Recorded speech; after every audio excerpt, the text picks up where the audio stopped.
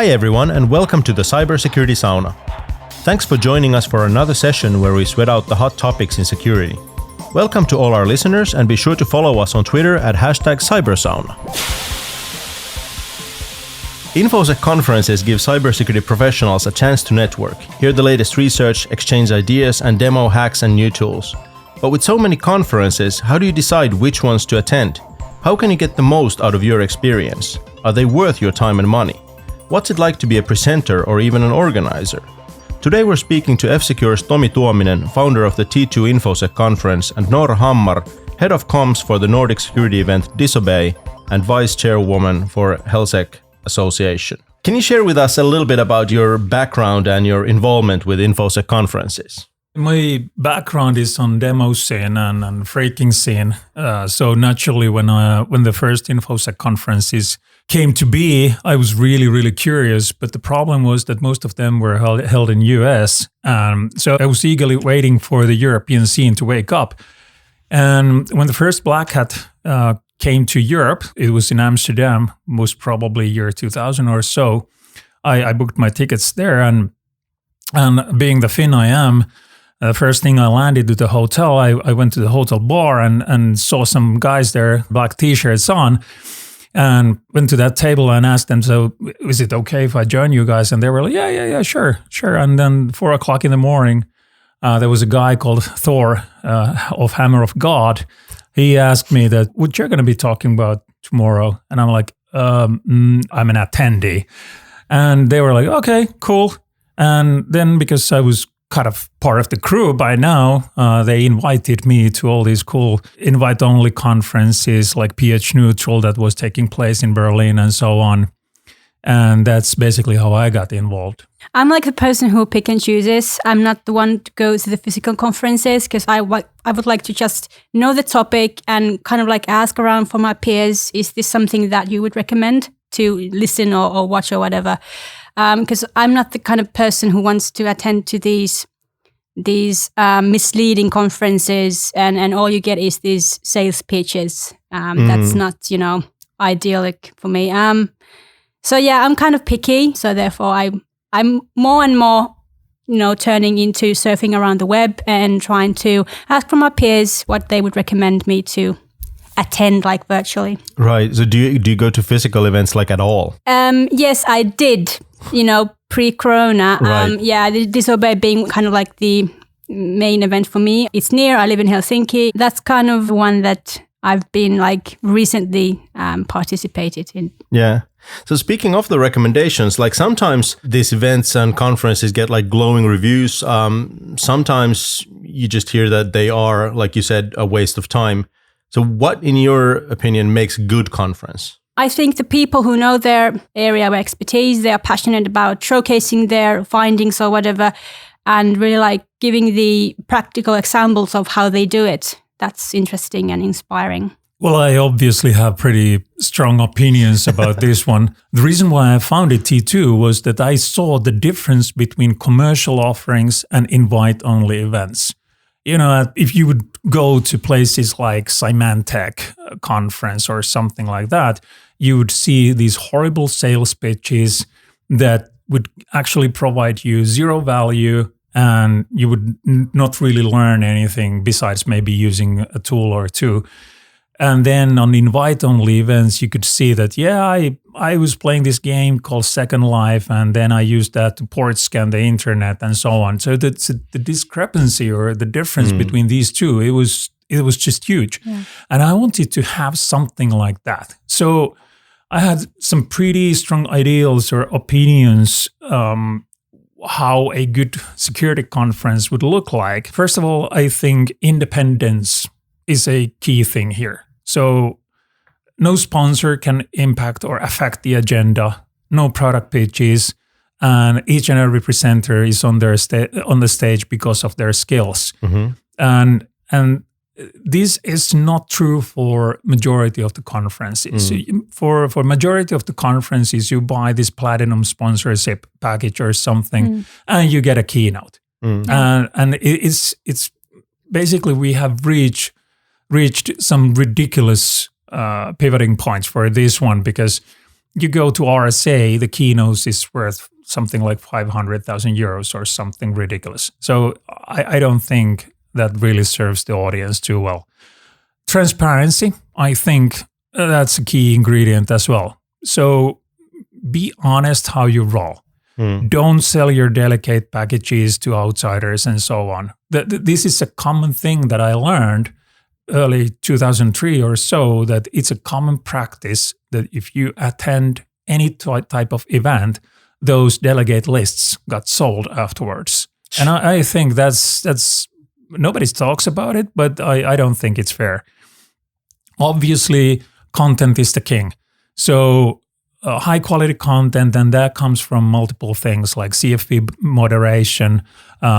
In minimum, you need to review the pressos prior to the event.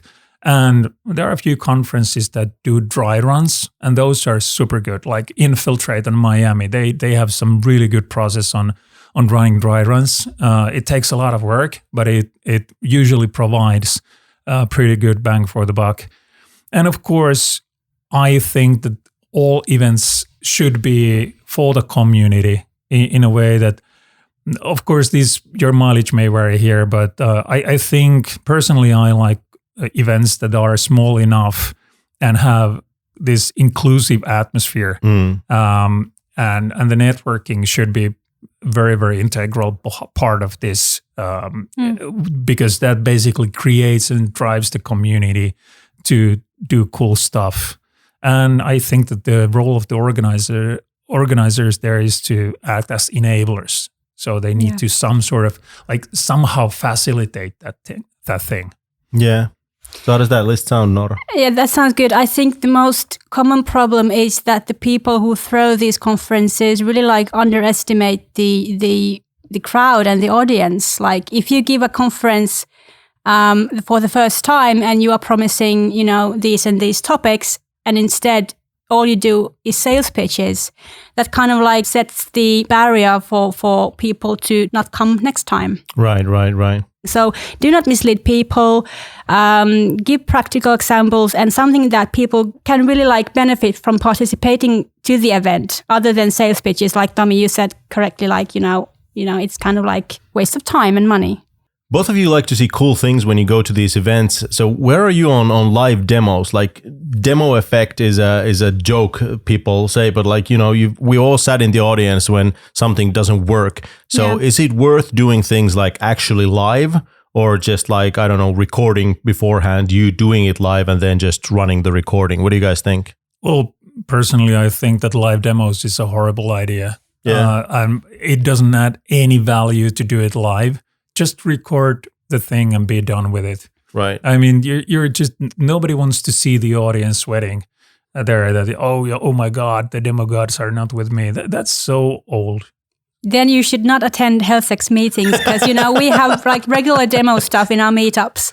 We do it because the community members love them. Previous time we had Mr. Peter Marvet sharing some Java rules, demoing live some stuff.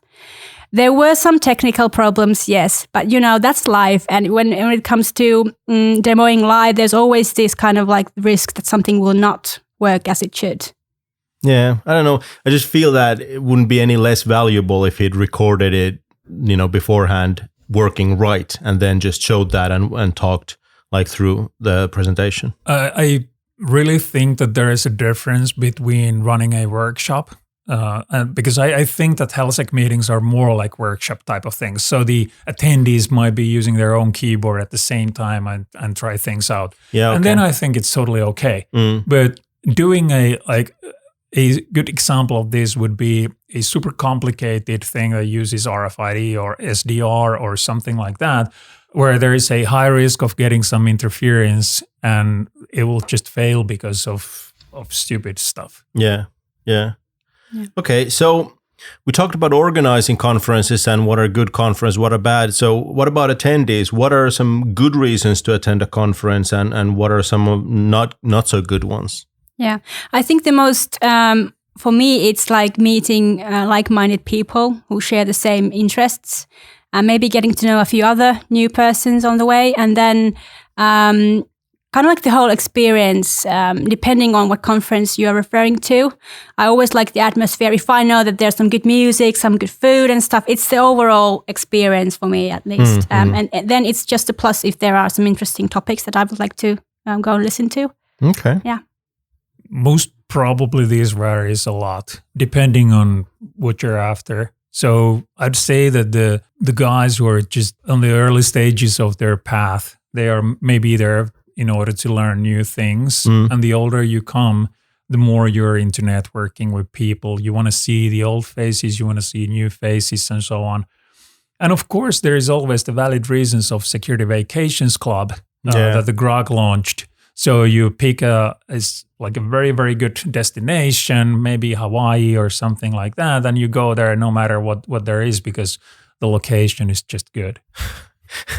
So that's just an excuse to go and have a good time. Yeah, exactly. Yeah, like it. Maybe what I'm looking for is like, expectations. You go to a conference with certain expectations. What are some of the expectations that are bound to get you disappointed? I'd say don't visualize something before you go and check it out yourself. Don't like set these expectations and ask around from your peers that is this something that is worthwhile attending to. Like do a bit of background search. Don't just, because they want to, conferences, the one that are like doing these sales pitches and stuff, they want to promote and sell. Yeah. So you really need to ask around, is this something worth my time and my money? So let's say I do want to go to a conference now. I've set my expectations. I've read a little bit about good conferences, bad conferences. I've asked around a little bit. Anything else you should sort of take into account, particularly now that like the location maybe isn't such a big thing? Like, how do I choose a good conference?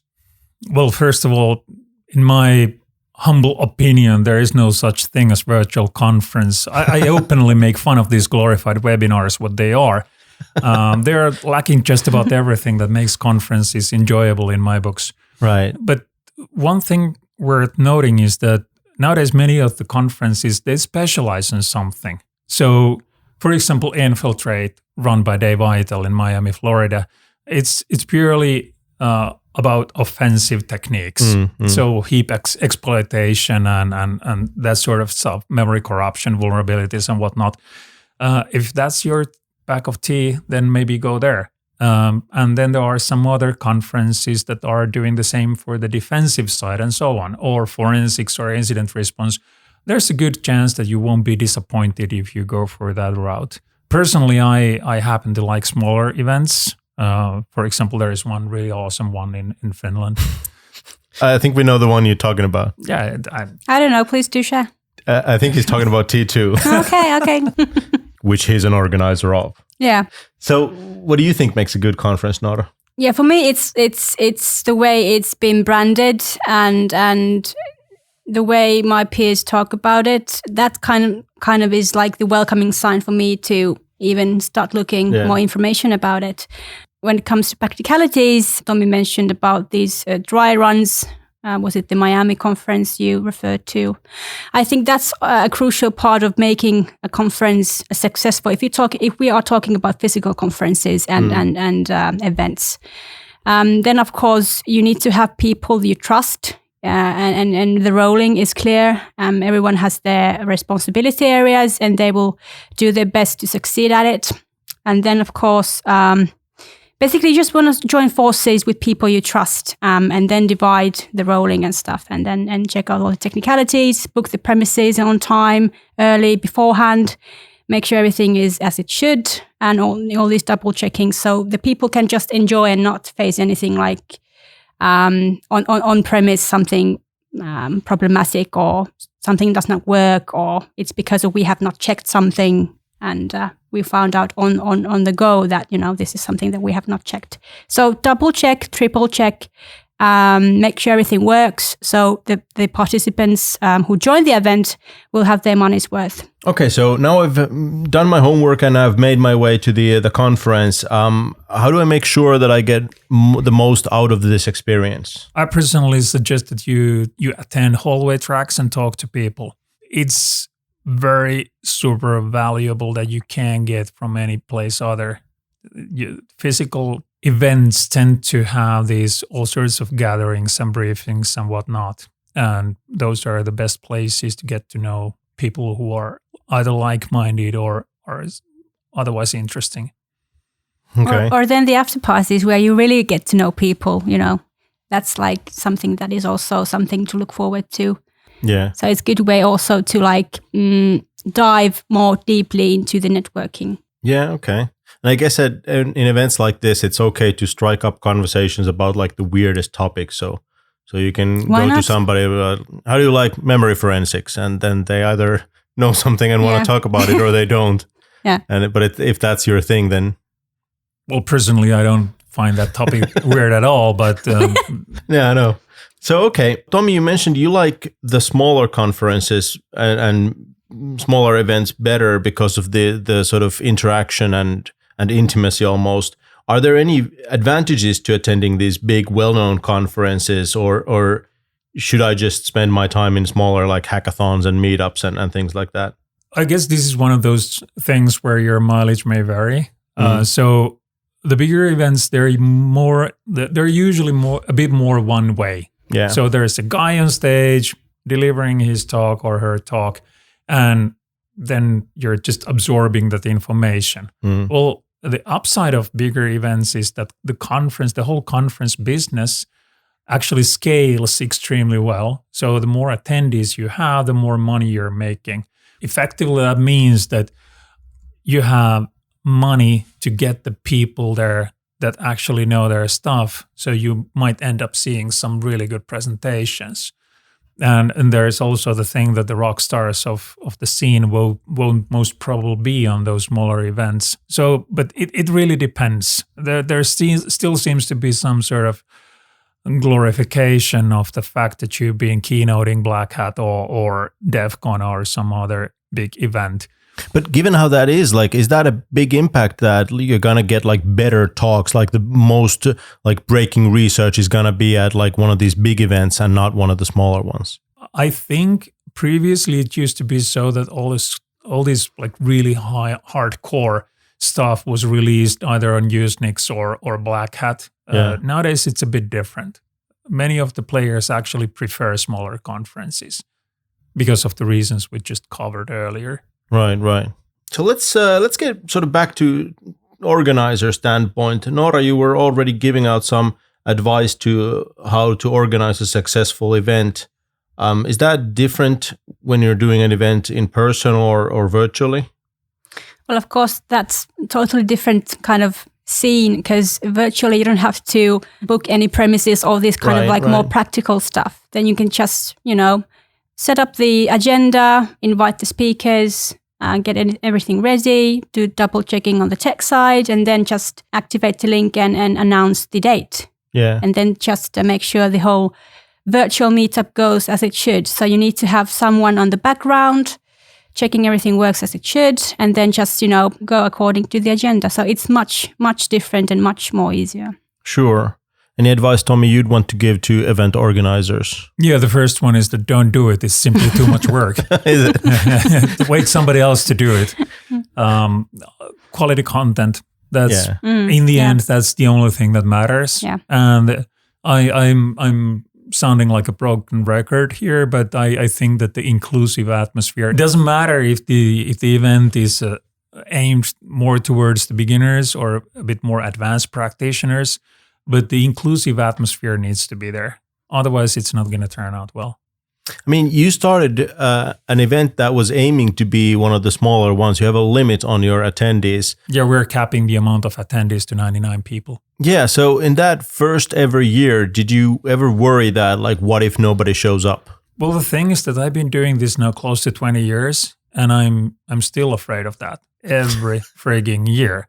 But you've been sold out like since forever. Yeah, that's true. But the thing is that I do this with passion. Sure. And when you're doing something very, very passionately, you kind of become blind to what you're doing. And there's always this fear that, okay, am I doing this right? Or, luckily we have a bunch of brilliant people there. So we have Mikko and Henry who are on the advisory board, and we have other good people there, providing valuable contributions there, but it's still it's our echo chamber. We are thinking that we like this, and it doesn't necessarily mean that the audience will like it or the attendees will like it. That being said, when I don't get that feeling anymore, that panicky feeling, I'll stop doing this because then it's kind of old news. Huh. What about you, Noora, and Disobey and HelSec? Well, with Disobey, it's like, are we selling too expensive tickets? Are we keeping the interest of the people? Are we still like the event to go to? And it's based on that we don't take anything for granted because we don't want to underestimate the participants. And therefore, it's crucial to, and it's also healthy to like think about that, okay, would this be something that people are into and not just be like stuck up with old ways of thinking and doing what's best for us, because we really have to cover kind of different areas that keeps people's interest and interests vary per person. Yeah, okay. So what about if I'm someone who would be interested in presenting my work or speaking at a conference for whatever reason? What's some advice for like preparing for the presentation? How do I even get my name on that speaker list? I'd say that be bold. If you know someone who is involved in an event, just reach out. I myself, maybe I'm kind of like the weirdo here, but I have no like thresholds. I don't have any like boundaries. I just ask, hey, can you help us out with this? Because at the end, we are all people and we'd like to help each other. At least I'd like to think so, that we'd like to help each other out. So, you just go and make yourself visible. Otherwise, we don't even know that you exist. I don't know if you exist if you don't make yourself visible and, reach out. And if you have something that we could mesh and mix and incorporate, then all good. I'm most probably going to be crucified when I say this out loud, but most of the CFP entries, so call for paper entries, are just plain horrible. They fit into two different buckets. First one is that those written by the PR agencies, you can always spot them because they write the bios in third person. And then there is this another category that I found this XSS very important. Get me, and it seems to me that the quality entries really stand out. It's not really that hard. At T2, we have an advisory board so that it's not just a single opinion. So each one of the advisory board members goes through all the CFP entries and then we vote which ones get selected. And one piece of advice that I would give to anybody, that just include a link to a previous talk that you have given. Link to a YouTube video or anything. Or if it's just you talking to a mirror, it doesn't matter. But we need to see that you can behave in a furnished room, and that's what matters. You can be the best person on the planet, but if you can deliver your talk, it's going to be suffering for all the participants. No, absolutely. And then, of course, the content. So pick a descriptive title for the presentation. For example, you're only allowed to use for fun and profit if you happen to be LF1. All those other guys, they can just go and leave the floor. Explain why your submission matters. It might not be self-evident, so you need to tell us why it's unique. Even better, include a draft version of the presentation or at least the outline. So you mentioned you guys, all the advisory members read through all the papers and vote on that. How often do you agree or disagree on the good ones? Like 99% of the time.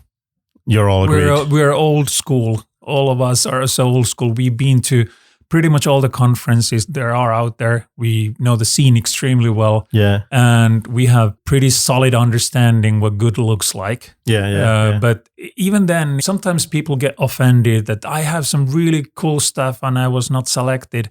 But we have to look at the big picture. We can't have 10 talks about iOS exploitation. Right. It simply doesn't make any sense. Yeah. Or we need to cater to different needs as well. So there might be something on the mobile, something on SDR, something on offensive stuff or exploit or HIP stuff or whatever it is. But it would totally not make sense to have similar talks that are kind of repeating the same things over and over. Yeah.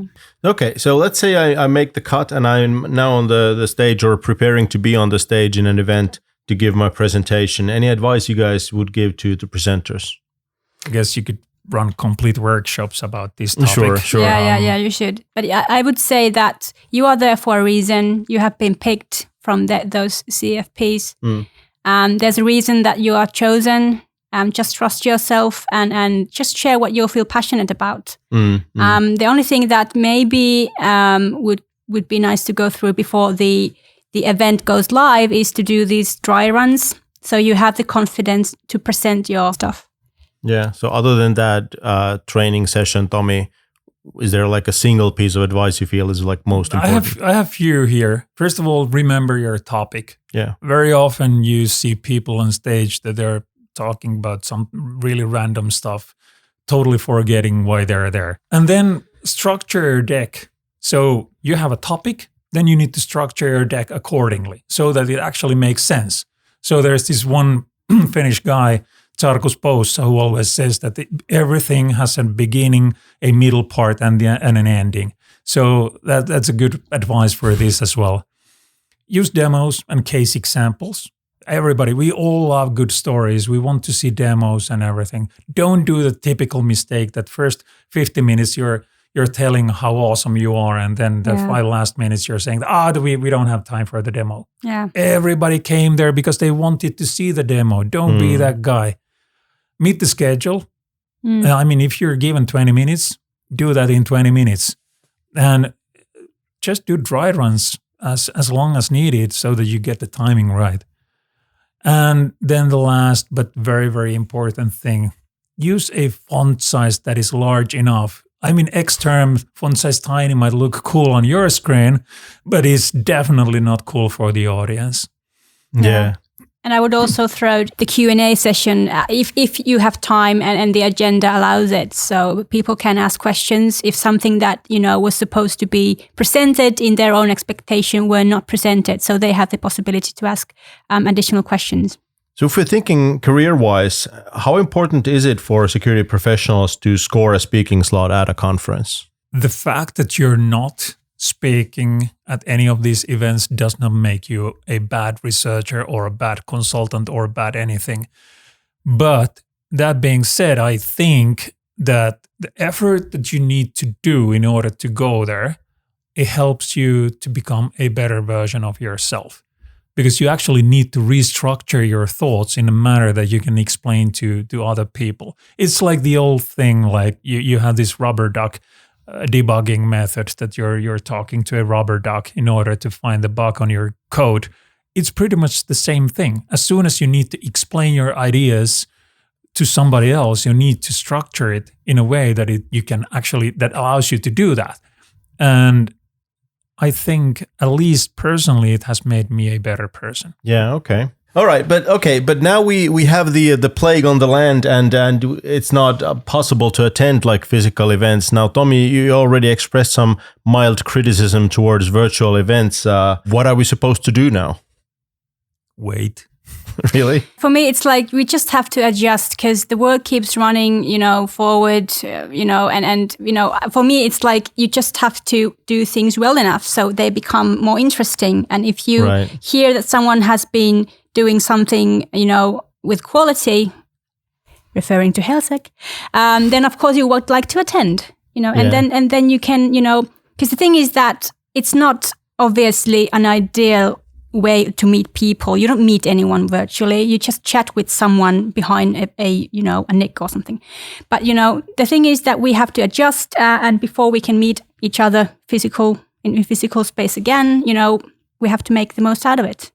So what would that look like? Like, because I'm thinking like a lot of these virtual events right now are physical events sort of taken to the virtual space, like shot with a cheap camera and put online like as is. So should we approach virtual events as like a different kind of medium, like add, I don't know, animations or whatever, like approach it in a different way from a physical presentation? It depends. To me, it's like if you know a platform that works well and you trust it and it supports what you are doing, virtually holding the meetups and stuff, presenting stuff, then it's okay, and you should go for it. You don't have to make things too difficult though. Keep it simple with quality, good visuals, and Fair enough. So do you guys think the pandemic will change Infosec conferences in the long term? Like, will we see more remote conferences? Will we see like regular, even if we return to physical, will we see those conferences sort of cater more to the remote audiences, something like that? I think that as soon as there is either proper testing, like almost immediate testing, or a proper vaccination available, people are going to get back. I mean, everybody I've been talking to, they're just like eagerly waiting that they can have this physical event where they can go to. I agree, yeah. Because it's way different than to sit in that chair of yours after work day, yet another thing to attend to virtually. So it's really a totally different energy, totally different experience. Everything is different. So yeah, I fully agree with you, Tomi. So in all your conferences, are there any special moments or stories you'd like to share? Back in 2018, Timo and myself, we were doing Ghost in the Locks World Tour, and we were in Singapore, Hack in the Box. And when we got in, we got this like almost royal treatment, and we're like, what is going on here? And it turns out that the guys who made Proxmark were actually sponsoring the event. And because of our talk, the sales of Proxmark went up the roof. And they were super happy about that. So they got something like 1,400% more sales because of our talk or something. Insane. Yeah, it was totally ridiculous. And we got this like super good treatment because of that. And everybody there knew who we were. And we were like, okay, this is a bit awkward. But yeah, and we also got to meet the guys who actually designed and made Proxmark. So that's got to be pretty cool. It was kind of cool, yeah. So outside of the conferences you guys organize yourselves, which are the conferences out there that you found to be the most helpful, most valuable? I go to few of these invite-only events, but they are not available for general audience. Out of those that anybody can go, I think the Troopers is most probably my favorite. Troopers ticks quite a few boxes of the things that I like. The atmosphere is very, very inclusive. It's built by the community. They have some really good speakers there. It has enough content, so it's a multi-track thing. I personally like multi-track because it allows the organizers to pick and choose topics that might be like super niche, like massaging the heap on Android or something really obscure that might not be of interest to everybody. And then the after parties or the common dinners and all that they do, it's really extremely well organized. It's very easygoing. Strongly recommended. So, Noora, what about these smaller, more intimate events like HelSec? How do I know I'm good enough to attend HelSec? Well, first of all, anyone can attend. You don't have to be afraid that we will kind of diss you out or whatever, because we want people to get involved with Infosec. If you are even considering, for example, a career within Infosec or cybersecurity or whatever it covers, you are most welcome. The thing is that we share information, we share knowledge, and anyone interested in the knowledge that we're going to present, just feel free to join us. We want to keep the threshold very low because we don't want to exclude anyone or even give that kind of energy out. And it's a good way to start finding out about stuff. Just attend to those meetings. You don't have to ask anything if you're not ready to ask. Don't get stressed if the things that were presented you don't quite get, because you can always Google your way into finding out things. But the first step is to come and join and see what's out there and see what we're talking about, and see if you would like to continue joining the meetups, because the agenda is changing and the themes and the speakers are changing. Well, with those recommendations, I want to thank you guys for being with us today. Thank you. Thanks for having me. That was the show for today. I hope you enjoyed it. Please get in touch with us through Twitter with the hashtag Cybersauna with your feedback, comments, and ideas. Thanks for listening. Be sure to subscribe.